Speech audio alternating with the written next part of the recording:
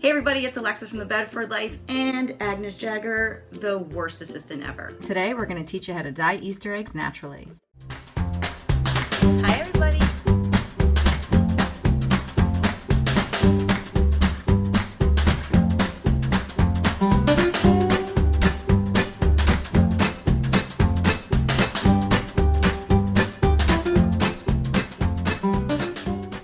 First, you'll want to hard boil your eggs, then set them aside once they're done to cool down. Next, you're going to want to heat up about 2 cups of water and add onion skins.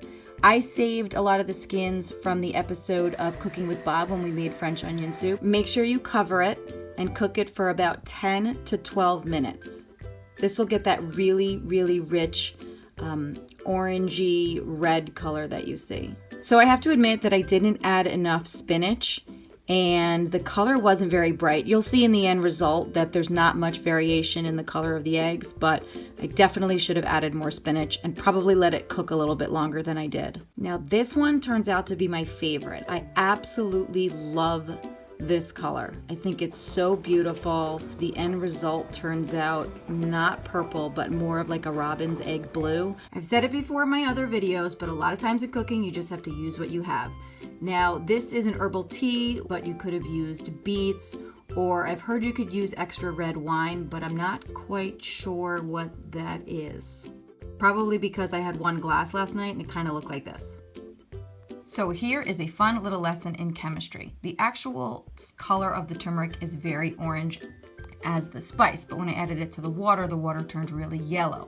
Now, I boiled it, sat down on the couch, came back, and when I took the lid off, well, you'll see. And what I found really interesting was once I added the vinegar, it changed back to yellow. So if anybody can explain this to me, please let me know in the comment section below.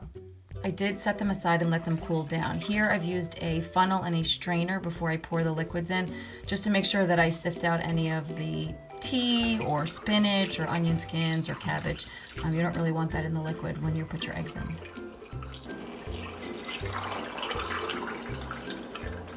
In this case, I just had some extra coffee in the pot.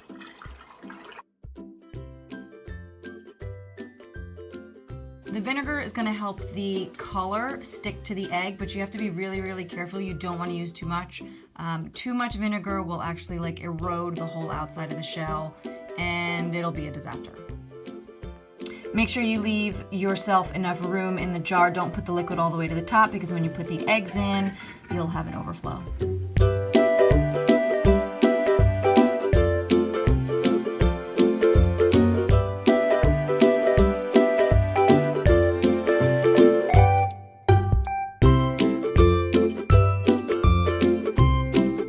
I wanted to give them a textured look, so throughout the 6 hours that they were soaking, every couple of hours I took them out and rubbed them a little bit with a tea towel and sort of scratched off some of the dye and then put them back in. That's how you end up with this very marbled look versus it just being completely solid.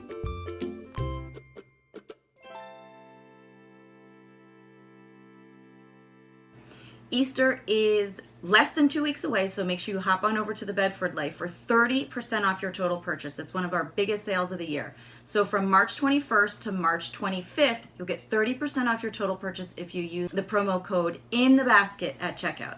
And we want to thank you for your continued support and appreciation of American-made products. Thanks for watching. Bye.